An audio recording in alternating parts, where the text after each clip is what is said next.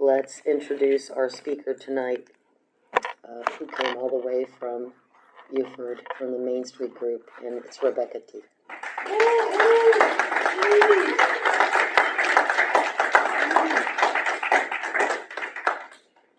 My name is Rebecca, and I'm an alcoholic. And my sobriety date is April 26th of 1988. I do have a home group, 530 at Main Street, that up in Buford, Georgia. If you're ever available, come see us. We meet on Monday and Wednesdays. We actually study the big book, paragraph at a time, on Monday. So, and then we rotate literature on Wednesdays. And I do have a sponsor, my sweet Dot, and she was kind enough to come with me tonight. And thank you guys for coming down to the meeting after our other meeting. So, you know, it's funny, I was down here, another friend of ours spoke down here a little while ago, and Annie came up to me, she goes, I wish you would speak. And I was like, well, Lisa hadn't asked me. And she goes, yes, you did. She said you wouldn't do it. And I'm sitting there going, what? Why would I say that? You know, like it didn't even dawn on me what she was talking about. And I go, Lisa, why would I tell you no? And she goes, oh, because you're taking care of your mother. And it was like, it didn't. And so over the weekend, I was looking for something, and I scrolled back through my phone to see if I had the information on a text message. And it was about the same time last year that she asked me. My mom just had gone on to hospice. And so I finished whatever commitments I already had, and I took no other commitments because she was my primary purpose, for which I'm grateful. The Alcoholics Anonymous taught me how to serve in a fellowship that gave her a daughter that at the end of her life could be there to serve her. So I'm really grateful. And thank you, Lisa, for asking me and for understanding. You know, that's what was so wonderful about the whole thing. It didn't even dawn on me.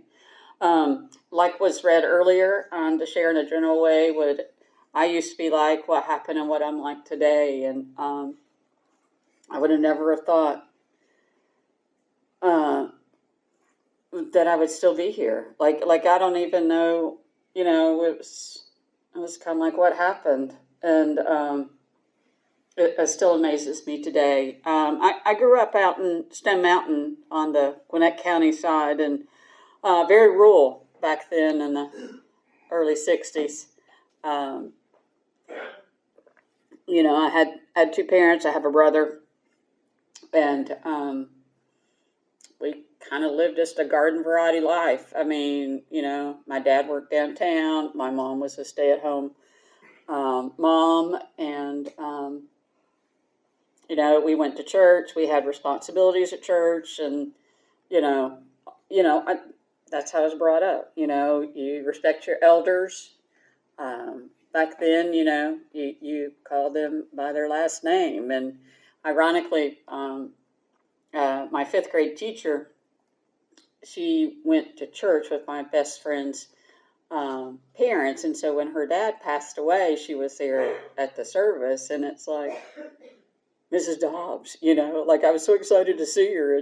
And she, as far as I was concerned, she still looked the same as she did in the fifth grade. But like it was just that's just how I grew up. And there wasn't really anything really big eventful that went on in my household. You know, I was the youngest on our block, so, you know, I lived in a very big fantasy world, you know, like the dogs were my best friends, and my mom would say, like, who are all these people she's talking about? And then she finally realized it was the dogs, you know, and you know, I had to make sure to let the dog out on Sunday so she'd go to doggy church. I mean, you know, I don't know where I came up with some of these really bizarre ideas, but there you go. And it always seems to be, and I was always a follower. So if I wanted to go left and somebody else wanted to go right, I just would go right. And that would get me in trouble some, but it also kind of served me well in Alcoholics Anonymous, because when my sponsor went to do things, I just want to follow along. So, so there were some benefits to that. You know, growing up, they would let us, I remember my friend and I, we wanted to get drunk. And so our parents didn't want us out and about. And so they brought everything at home to let us do that. Now, I don't remember the act of getting drunk. What I remember is the planning of it. You know, and when I was a teenager, we would sit around the house, play canasta, drink strawberry daiquiris, get the dog drunk. And that was it. That's what we did. You know, we would call restaurants and make reservations for large parties. And, you know, I got paid back on that one later on in life when I was waiting tables. But I mean, that was about the mischief we got into. We weren't out running the streets, and that kind of stuff. And so, you know, one of the things that did happen, my brother had some friends over. They were working on a car, and the guy came in, and long story short, I was molested, and I was pregnant at 13. And, you know, in the 70s, that wasn't so cool. And so it was decided I'd have an abortion, and my parents did send me to some outside help. They knew that I would need that, but it also, you know, changed my whole perception about, you know, men and dating and all of that. You know, I had some warped ideas. You know, my mom blamed her getting hooked on soap operas because I had colic, and I wanted to blame her that I got hooked on crazy ideas about relationships from those soap operas. But my perceptions of reality were just, you know, way off. Like I say, I lived in a fantasy world. I had Barbies, and, you know, I love to elaborate through them. And, you know, when I got on into high school and stuff, because of what had gone on, things went around high school, and people were just mean. I mean, I guess it's not too much different than today, and rumors and talk, and I just checked out. I blanked on high school, just totally blanked on high school. And I had a wreck in my senior year in the spring. I needed one class to graduate, so I had to get a tutor to come in, and my mom was back working at this point, so they got different church members to come because the tutor couldn't be there by themselves, so that I would actually graduate. And about this time, here was the summer that I graduated, and that's really kind of when my drinking took off, and me being a wild child, and, you know, dating older men, and staying out all night after my mom had had some major surgery, and, you know, the embarrassment of her coming over to his house, and my grandmother was there too because she was up to take care of my mom. And, you know, I think about the peace of mind that I robbed for my mom, you know, out doing those things. I mean, obviously she knew exactly where I was. So, I mean, you know, I guess if nothing else, I wasn't running the streets just yet. So I tried to go to college, but I was having to pay for it myself. And, you know, by this time I'm having to work full time, and I'm drinking full time, and trying to go to school full time, and one full time had to go, and that was school, because I didn't know what to do. I didn't have any ambition, no clue what I was going to do when I grew up. And so I started, you know, that's when my drinking started even heavier. And, you know, it amazes me today. Like, I'm surprised I'm this awake, because normally I'm in bed already by now. That's why my home group starts at 5:30 at night. But anyway, you know, I could, Friday night, I could work all day, go out and party till 1 or 2 in the morning, and turn around and be at work at 7 in the morning, work all day again, and do that again the next night, and work the following day too. And I just get exhausted thinking about that in the day. You know, it's got to be something pretty good for me to stay out late. I think that comes with a little bit of old age and maybe a little bit of wisdom there. Anyway, so that's when I started with more of the drinking and going to the parties and driving drunk, and don't know why I didn't ever get a DUI. Don't know why I never killed anybody. It wasn't because I didn't deserve those things. I did one time though. I did get a public drunk. I don't know why I was dating this guy that didn't have a place. That should have been that should be clue A right there. And so for whatever reason, we always go to cemeteries to make out. And so we were at this church and making out. And so the police came by because they'd had some break-ins and stuff. And so they towed my car, and it's like, excuse me, this is my car. I didn't stand up and say that. So anyway, kind of find out, I forgot even how it all went down. But anyway, I guess when I went to pick up my car, I guess they figured it out. And then he got carted off to jail because he had a warrant out for him. And then I tried to do everything. I tried to plead with my parents to do something to get him out. Like, oh my God, he loves me. It's what sick means sick, really sick. To think I still married him. Needless to say, I'm sure my parents would have thrown a bigger party. I gave my mom 1 week. 1 week. And I tell you what, that woman pulled it off. She went and found me a little dress and everything. Bless her soul. Oh my gosh, I never saw my dad so mad. But anyway, we had one of those fights and I went home and my parents did the most loving thing that they could. They go, you can come here tonight, but you need to make a decision. Because they didn't want to be part of a revolving door. It was painful. It was painful for them, what I was going through. And so I ended up leaving that marriage and that kind of stuff and continued the drinking, continuing the partying, going to, what was it, Justin's up in Swanee there. And, no disregard that my brother was there and drunk and they took his hubcaps and stuff. And it's like, find your own way home. Just blasé about it.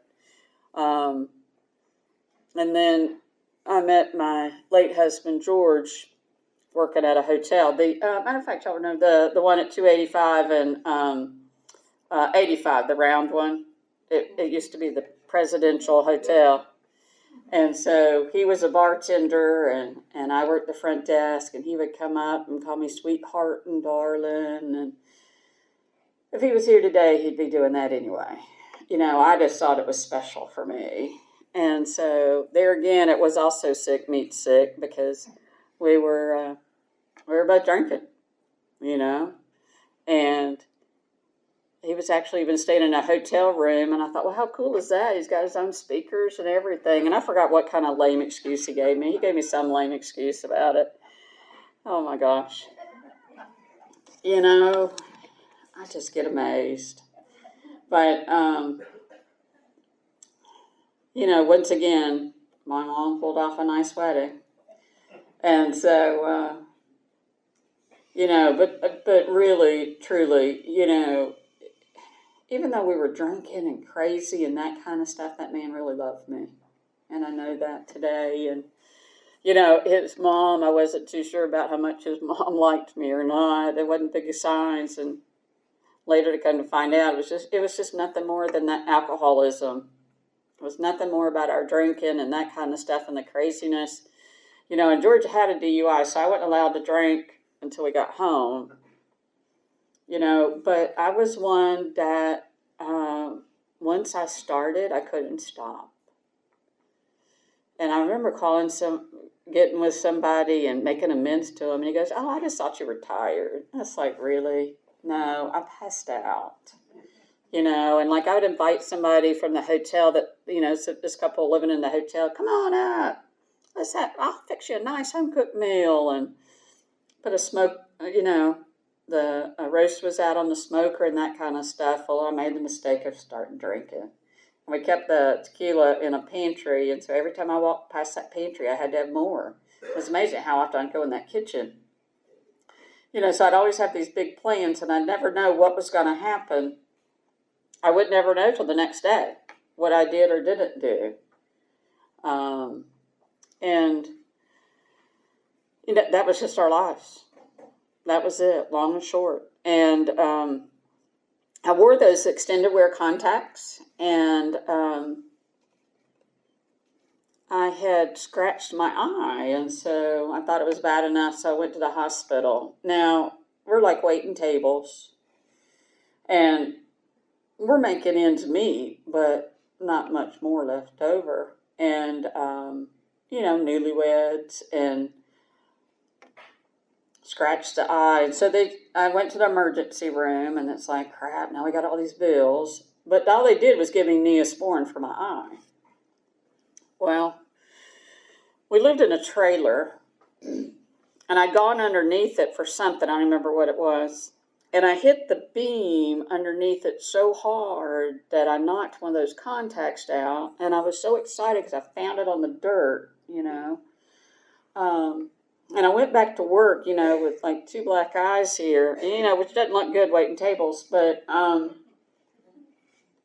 I said I wasn't drunk when I did it, but I sure was drunk afterwards. And it's like, a little while after this program, it was like, if you have to justify you weren't drunk when you did something, that might be a good sign that you were drunk.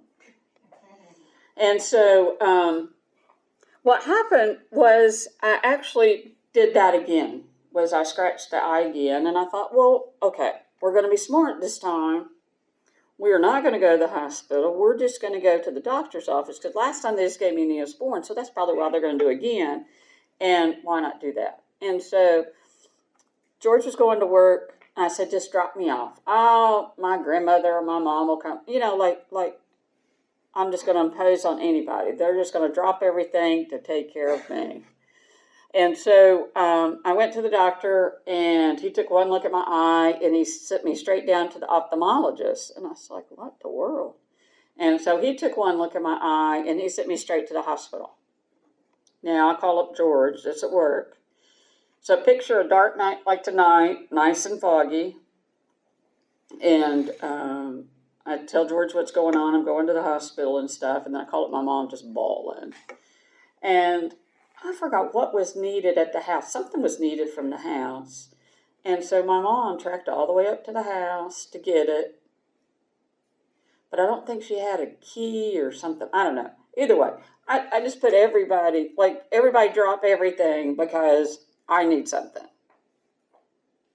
And it's me doing stuff when I'm drunk. So for the next 24 hours, every 30 minutes, they put drops in my eye. And then the next 24 hours, every hour, they put drops in my eye. And, today I do have a small scar there, but it didn't affect my eyesight. So I'm grateful for that. And I'm grateful I had kept that same ophthalmologist for years. I just have recently changed. But anyway, while I was in the hospital there, a thought came to me, which is this is your only chance to sober up. And by God's grace, I have not had a drink since then. Now, thank you. So this was in April. Now, I didn't know anything about Alcoholics Anonymous. I didn't know anything about any kind of treatment. I didn't know anything about anything.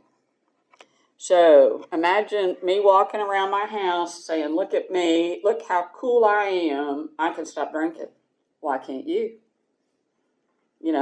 What is he going to do? He drinks more. And it's like, well, why can't you drink? What's wrong with you? I was not a pleasant person to live with. Let's just say that. I was definitely a witch, if you know what I mean. And so George would continue to drink, continue to get drunk. And one day, we're renting. And so, but I think that I should paint the porch. And so we push it out a little bit. But the mail comes. Now, I don't know about y'all, but I don't know how much mail you get when you're renting. So I go running out, forget that the porch is pushed out, and I come down on a center block. I do go and get the mail, and then proceed to drive in a 5-speed on that ankle to my grandmother's, which is 45 minutes away. And my dad had stopped by, And like my ankle's now this big. And he goes, you have to go to the emergency room. It's like, I can't afford it. You know. So they made me go anyway. And so they put me in one of those boots, one of those walking casts. Now by this time, I'm actually working up in Beaufort, and so working 40 hours on my feet and wondering why my foot hurts so much. And so they said, nope, you can only work part-time. So imagine what it was like at my house. I got time on my hands. I'm not drinking. I don't have a solution. And now I have financial insecurity on top of it. It's amazing that man survived that time. But God intervened, and our neighbor came home from a birthday party. And it's like, but your birthday was just a month ago. Well, she came home for her sobriety birthday. And so within 24 hours, she had my husband in treatment. And I was like, why couldn't I do that? But they gave me the great gift. They told me to go to Al-Anon. And see, I was like, see, I told you it was his problem. I told you it was all his fault that I drank. So I started Al-Anon. He went to treatment. The first 2 weeks he wanted to come home. The second 2 weeks he wanted to stay. And it's like, what's wrong in this picture? I did not get to go to Club Med of Beaufort like you did. You know, so, but there was something about it. You know, they had, he was there in August, so I guess it was over Labor Day. They had a picnic for all the patients and their families and stuff. There was a meeting that met downstairs, Morningside group. And so at that picnic, people were laughing and having a good time. And there was just some kind of spirit about it. And it's like, wow. Huh. You know, and I knew things, you know, I felt better when I went to some Al-Anon meetings. I'm going to tell you that. I appreciate that. But fortunately for me, there was also a open AA meeting in the trailer park that we lived in on a Wednesday night, by the way. And so that's where I caught alcoholism. That I had the issue, that I had the problem as well, that I didn't drink like normal people. I'm like it was like it says in the book. You know, once I started, I couldn't stop. You know, but see, I didn't think that I was powerless over it, and that my life was unmanageable because I still was married. I had a home, I had a job, and we had 2 cars. And so, so that's where my journey began. And, you know, I had some crazy ideas about that. You know, we're supposed to work the steps at the same rate. You know, you don't tell anything outside the house. And I remember one time I did call this Al-Anon lady about something. It wasn't anything big, but I actually took the action of calling somebody. And we went to meetings every day. In the beginning, when George got out of treatment, like we couldn't do anything on a day off without going to the noon meeting and the 8 o'clock meeting. And I was like, geez, do we have to go again? Yes is the answer. You know, and they were talking about things in there, and they were talking about going to different meetings and stuff. And, you know, I thought they'd been sober a long time, and they'd only been sober like a couple of years. Now, there was one gentleman that had been sober for a while, and he would be down here, and, you know, they helped start the meetings up there in Gwinnett County and that kind of stuff. But I was like going, oh, yeah, no, we got to work the 4-step at the same time, and, you know, just as crazy things. Now, I will tell you one thing. I did not get a sponsor right away, and I don't recommend that. You know, I had an idiot first sponsor, which was myself, and so I didn't progress very far. And I had another bottom in sobriety where, but I can tell you I did some things right during that time. somewhere I'd heard about prayer meditation, and so I got like the Daily Reflections or one of those other books, and I found there was a difference in my day when I read that and when I didn't read it. And I may not remember it 5 minutes after but taking that action, I remember that. And, you know, it was chaotic. But they would talk about things. I don't remember it talking about sponsorship like they do today. Like someone want to be a temporary sponsor, and most of the ones that I went to meetings with were older than me. There were some that were younger, and so, but they would talk about the book, but I didn't know they were talking about the book. Because they would talk about, you know, you feel better when the cow gets off your foot, and then they talk about rocket in the fourth dimension. Now, I didn't think when the cow got off your foot was in there. So needless to say, when I got in the bookstore and Rocket in the Fourth Dimension was in the book, I'm like going, it's in the book. It's there. But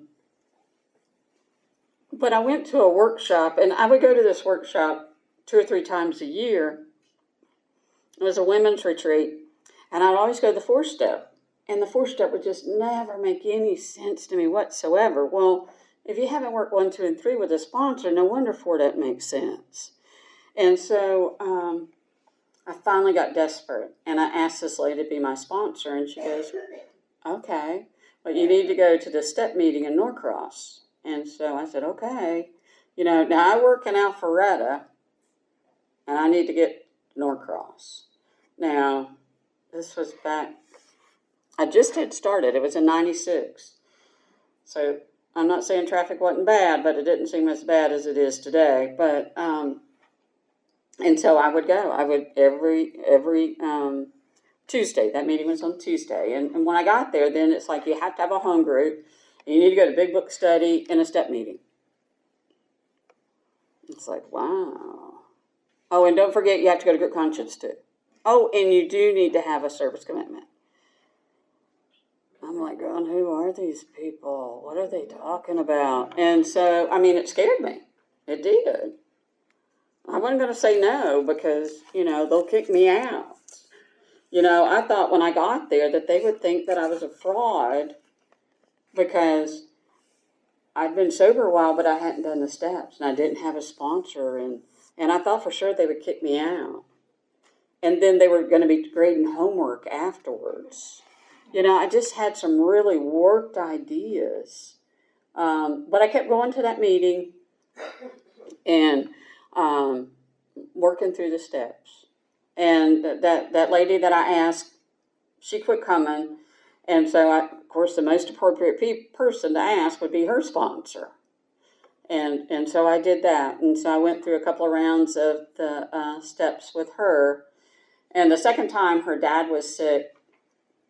And so she said, I want you to pick one of these 2 ladies to listen to your 5th step, and then we can pick back up. And so I thought, I'm afraid of that one because she did a lot of service work and was very active in AA. She would go to meetings all over town and stuff. So I said, I'll pick the other one. Well, after the meeting, the other one was gone. And I said, oh, crap. I'm stuck with the other one. And so I asked her. And so she was so willing and so gracious. And I'm very grateful. You know, come to find out the other one was just outside. But in a lot of ways, I'm glad that the other one was outside because she's one of my best friends today. And so... you know, but that changed my life, you know, and I want to back up on 2 things. 2 things that I did do right in my early sobriety was I did pay back my grandmother, who borrowed money all my life. That's, you know, I thought, well, that's just what you do. You borrow from your grandmother.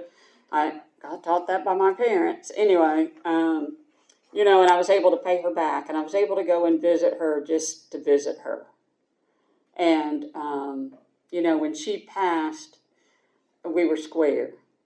And, matter of fact, we had gone away She passed the day before our wedding anniversary, and we'd gone out. We were out of town when she passed, but she told us to go, and so we did. And that was in 90, and then my dad passed in December of 91. And he was down here at the VA hospital, and George would give me a hard time. And so what I would do, matter of fact, I would come to NAVA quite often because I would either try to loop in a meeting along with the visit, because it was during the winter time, and we worked out at Lake Lanier Island, so the winter time it's slow. And so, George was giving me a hard time about gas money, and it's like, well, I'm doing it anyway. Which I didn't do that in early sobriety very often, which I know that surprises some people today. But, and I was able to show up for my family. And I was out at the Waverly when someone called me to go meet somebody at security, and it's like, who knows that I'm here? And so when I came back up, I called the hospital, and they said that he'd passed. And so I had a really kind manager that he wouldn't let me leave because he knew somebody was coming to get me, and he didn't want me to drive in a shock state. And he just let 1,000 people banquet go on, and he sat there till George got there, which, in hindsight, I thought, wow, how thoughtful of that. And it's one of those things in retrospect, you wish you kind of had done some of those things a little different, but I did the best I could at that time. And so, things continued to rock on. Like I say, I had that home group. Matter of fact, my first commitment was intergroup. Didn't understand it at all whatsoever. I think I might need to come to another round of intergroup because I understand it a whole lot more now. And, but they got me into service. And this guy was chairing the Atlanta Roundup and invited my sponsor to come to the volunteer meeting. And I go, can I go with you? She goes, yeah. Like, I thought you had to have a personal invitation to volunteer at the Atlanta Roundup. Like, I seriously had no clue. Seriously, no clue whatsoever. It's like, yeah, you can put stickers on people. It's like, really? I like hiding behind the registration table a lot more because you learn people's names a lot quicker, and there's like a little space between you, which is what I like to do better. But, nowadays I don't mind putting stickers on people and hugging and saying hello. So, but, that was the group, and that group showed me that. They showed me that. So it wasn't like I needed to invent anything. I just needed to do what they did to get what they got. And it's, and for me, the journey of the steps led me back to that connection of a higher power. I had a higher power all along. I just didn't know how to rely on it. And how to, invite him in my day, just my day to day, like I do today, invite him in. And so, it got to a point that it was a lot more, it was harder to get over there. My aunt was aging, and we ended up, she ended up going into a nursing home and stuff over in Cumming. And so I ended up switching home groups and doing stuff over in the Cumming area because I could leave Alpharetta, get to Cumming where my mom and my aunt lived, could have dinner with them, or at least stop by and see them. And I did that every Tuesday. And then I could still make a 6:30 meeting. And so I did that for years. And then, I was able to be present when my aunt died. And, the difference between being plugged in and not being plugged in, when my dad died, I called one person because he knew my dad. When my aunt died, I called one person and y'all came. Everybody from that group came. My sponsor came. And everybody came. And it was, I mean, what a difference when you're plugged in to have that support.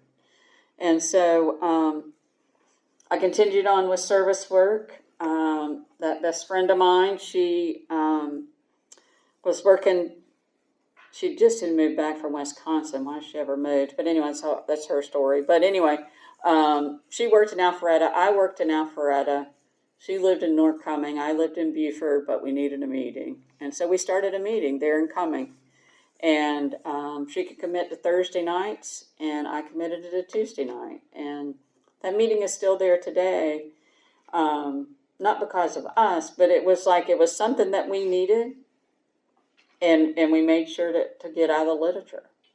And we had people come. We had, this one guy court ordered. He goes, "Oh, I'm not an alcoholic. I just got caught." And it's like, okay, here's the program of Alcoholics Anonymous. We're going to introduce this to you. And it was good.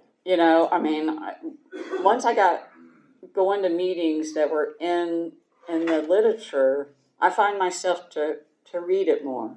I personally don't sit and just read this book. I wish I could say I do, but I don't. And at our home group, we actually found a 1939 dictionary that we look up some of these words to see what it meant back then. And so it's interesting to compare that with the dictionary. So during that time, I guess at the Cumming group, I became the alternate GSR, and our GSR didn't like to go and Macon. I don't know why she didn't like to go to Macon. It's like the blast. I'm one of those nerds that love going down there.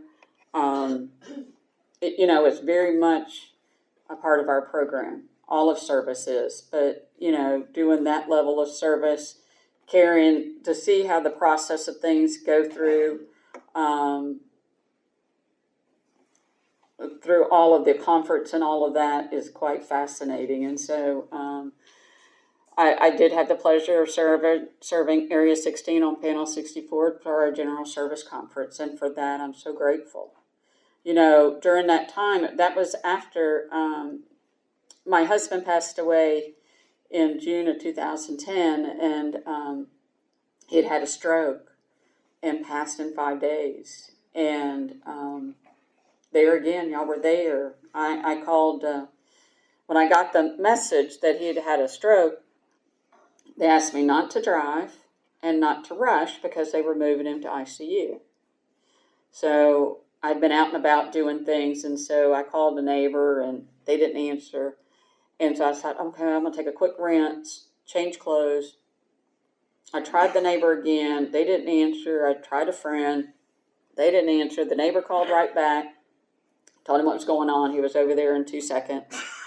And the friend called back too, and I told her what was going on. And she immediately called my sponsor and went through the chain. And my sponsor was there in no time.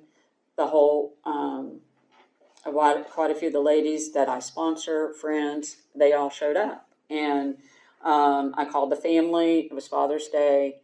And I said, don't rush, but yes, please come. And so we were all there, and I did get to bring him home.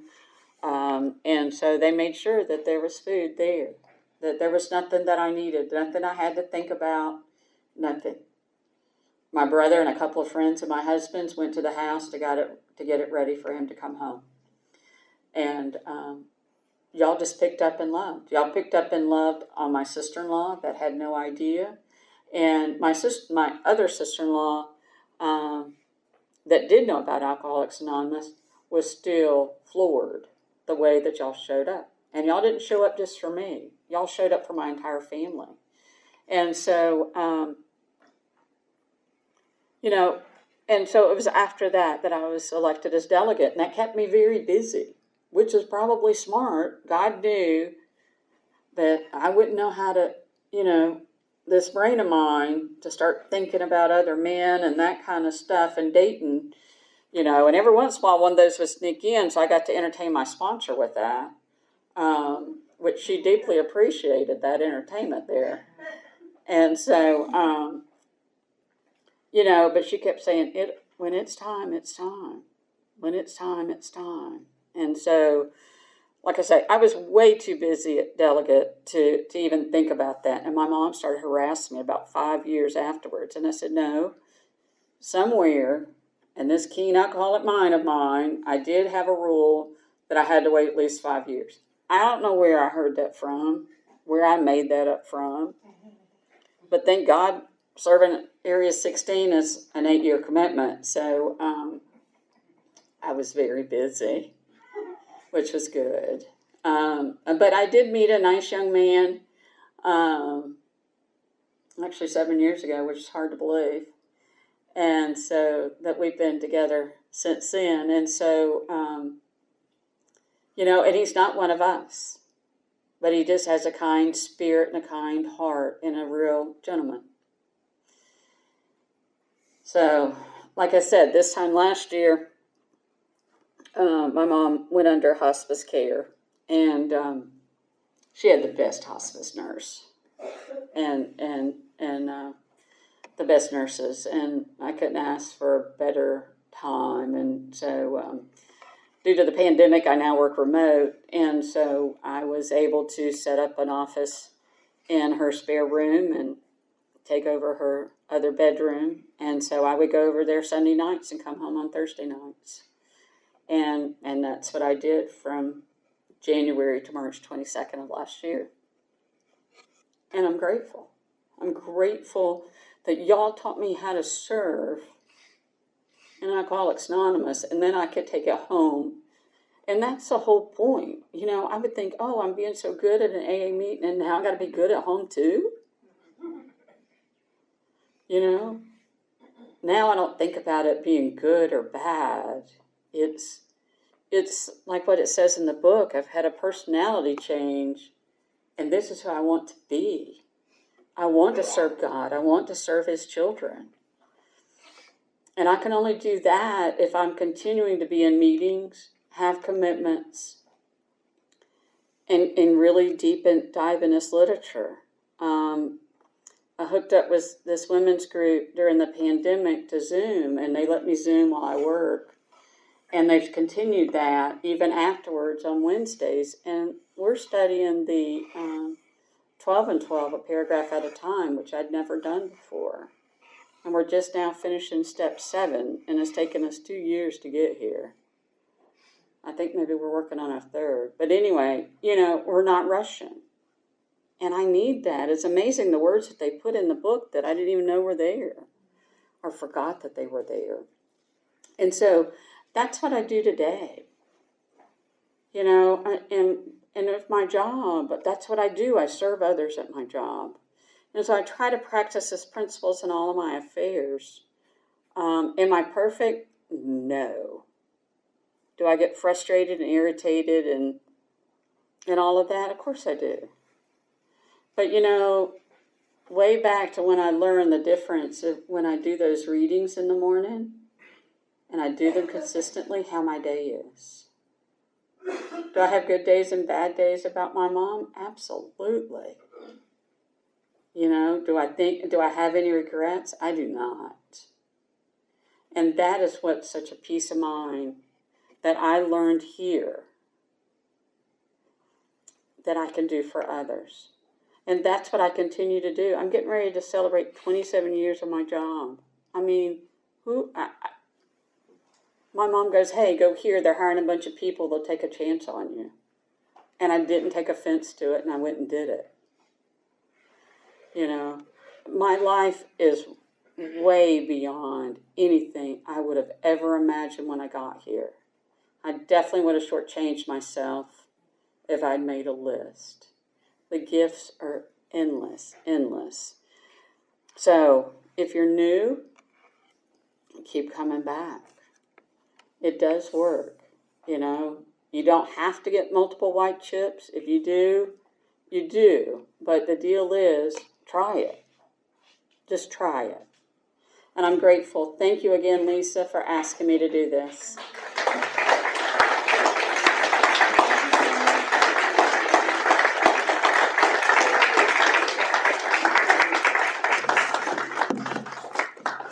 Thank you so much.